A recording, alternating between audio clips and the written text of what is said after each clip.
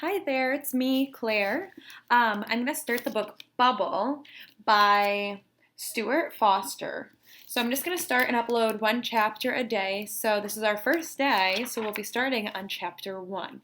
So I encourage you to, if you're listening to me, close your eyes and focus on visualizing what the characters might look like or what the scenes are going on. Remember, when you visualize, you're making pictures and movies in your head. So since there's not pictures in this book for me to show you, you can just kind of close your eyes and listen. Chapter 1, 11 years, 2 months, and 21 days. I've got a tattoo. Guess what it is? A giraffe? On my ankle? Okay, an elephant? Beth touches me on my arm. Come on, Joe, she says. You're not even trying.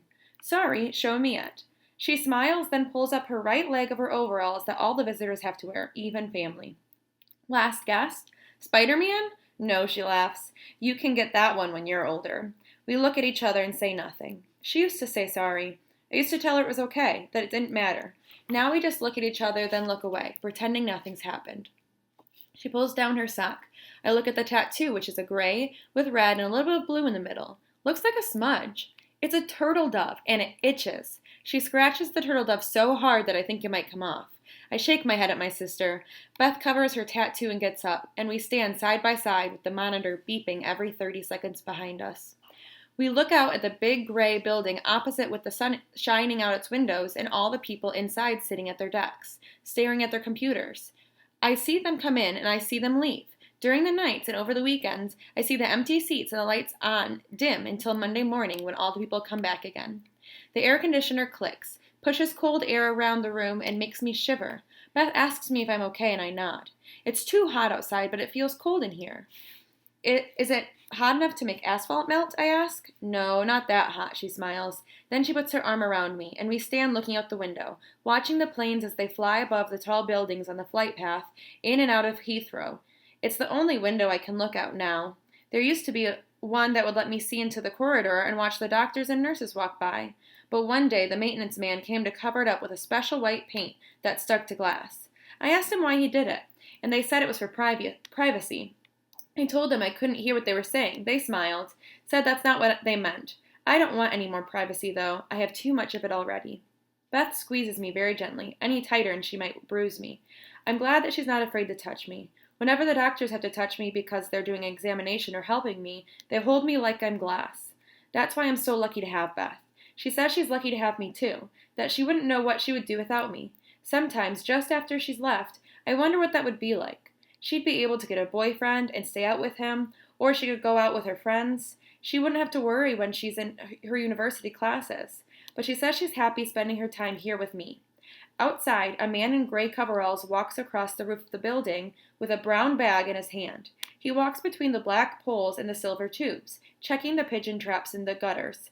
When he takes a knife out of his bag, bends down, opens a cage, grabs a pigeon, and slits its throat. Beth turns away. I don't know how you can watch this, she says. It's not that bad. We turn away and walk back to the bed, past the emergency oxygen tanks and the gray monitors with their flashing red lights and green numbers. Heart rate, 79. Body temp, 37.4 degrees Celsius. Room temp, 18 degrees Celsius.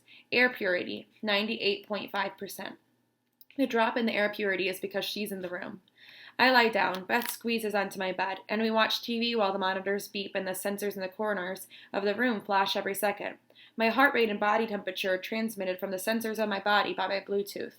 Footsteps pass faintly by the outside, and I smell coffee. I can't drink and eat food.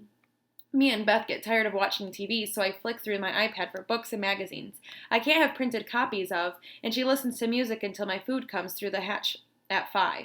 It's my superhero power-up food, vacuum sealed in silver foil. It doesn't taste very nice, but it gives me energy. Most importantly, it keeps me alive. I open the foil and eat dried beef and rice while the sky turns from blue to gray outside. At 7 o'clock, Beth gets up, kisses me on my forehead, then walks past the poster of Theo Walcott toward the door. Her white suit makes her invisible against the wall, kind of like Sue Storm from the Fantastic Four. She presses the call button and waits. I don't want her to go. The night feels so long after she's been here.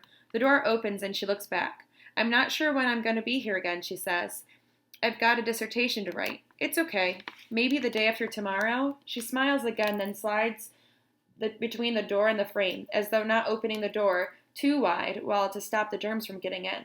I look at the white door and imagine her on the other side, taking her suit off in the transition zone. She'll be putting her street clothes back on and pulling her elastic bands out of her hair. Then she'll talk to the nurses and check my graphs. She says she likes looking at them, not because they're about me, but because they'll help her in med school, where she's studying to be a doctor. She's got to do residency soon. She says she doesn't know where exactly she'll go, only that she won't be going yet. I walk over to the window and look down at the crosses the road between the cars and the buses stuck in traffic. When she reaches the other side, she turns and looks up at me. I smile and wave. She waves back at me, then leans against the wall and looks at her phone. Every so often she looks up, sees I'm still looking, and shakes her head laughing. I rest my head against the glass, feel it cold on my skin. My head starts to spin. I swallow and taste metal on my tongue as blood trickles out of my nose and over my lips. At first it spots on the windowsill, then it begins to splatter. I hold my nose while my finger to stop the flow. Beth waves as the bus arrives and blocks her out. I want to stay and watch her go, but my legs are wobbling, going numb. I put both of my hands on the sill. Blood pools in the palm of my hand and drips onto my t-shirt, my trousers, the radiator, and then the floor. The gray building is a fog. The traffic is a blur. I need to make it to my bed. The monitor is closer. I fall again and press the red button. I'm on my bed, on my side. Greg is holding my nose with his gloved hands. It's okay, he says. You're doing okay. I try to smile. He smiles back, then gently lets go of my nose and presses the button to bring my bed upright. Here. He gives me a swab and lifts my hands up to my nose. Hold it there. My head begins to clear. I look around the room. Sorry about the mess. He smiles. It's okay, mate. Just tilt your head down forward. He checks my pulse and my temperature, while another nurse I don't know checks the monitors. She clicks a button. There's a hum on the monitor, the rush of air, and I'm cold again. Greg comes back to me. Let me look, he says. He lifts his hand away from my nose, mops up the blood off my face, and gives me a clean swab so I can do it myself. You've been doing too much, he says. Too much talking? My voice sounds funny because I'm pinching my nose. Greg smiles, and I want to smile too, but I'm scared that if I do, blood will come again. Yeah. I look down at the red stains on my t-shirt and on my trousers and on my bed. At the spotted trail that goes back to the window, there's a red smudge on the glass. Greg mops my forehead. I told you, I'm not worried about the mess, Joe, but this should be around your neck, not on your bed. Sorry, I take the panic button. The nurse asks Greg if he can manage. Greg nods and the nurse smiles at me as she leaves. I lie back a bit while Greg goes into the bathroom and comes back out with a pair of pajamas. I take my hand away from my nose. Yeah, it's good, mate, he says. Change into these when you're ready. He puts my pajamas down, then goes back to the bathroom. You hear the sound of running water and smell of disinfectant. Greg comes back out with a bucket. I swing my legs over my bed and take my t-shirt as he wipes my blood from the window. Maybe you should take it easy tonight. Maybe just rest. No laptop or anything. I put my pajama top on and look down as I do up the buttons. There's a red mark on my white body where the blood has seeped through. I don't want to shower tonight, though. I'm too wobbly. Greg shakes his head. He knows I hate showers. I saw nothing, he says. I smile. I do up the last two buttons and change my bottoms while Greg mops the floor. After he's done, he comes back and checks on me again, then watches the machine for a few moments before lowering the blinds and dimming the lights. You want some music, mate? He asks. I nod. He walks over to my laptop and clicks on Spotify, but it plays so low I can hardly hear. I ask him to turn it up, but he says it's loud enough. Then he walks toward the door. I'll check back in about an hour, or maybe just sit with you for a bit, he says. You could stay now if you'd like. He looks at me like he wants to, but it's like someone has gotten a hold of his arm and is pulling him outside. In an hour, mate, he says, if you're still awake. I reach down by my side for the TV remote. Greg shakes his head and leaves me alone. Then I hear a buzz from my phone on the side table. Joe, I'll be back tomorrow. I smile. She said she'd be back the day after. I turn on the TV, flick through the channels for 5 minutes, then turn it off. I lie back and stare at the ceiling. The hiss of the air mixes with the music and with the footsteps and the whispers as people walk the corridors, while the lights on my monitors flash like airplanes in the night. I wonder what Beth is doing and who she's with.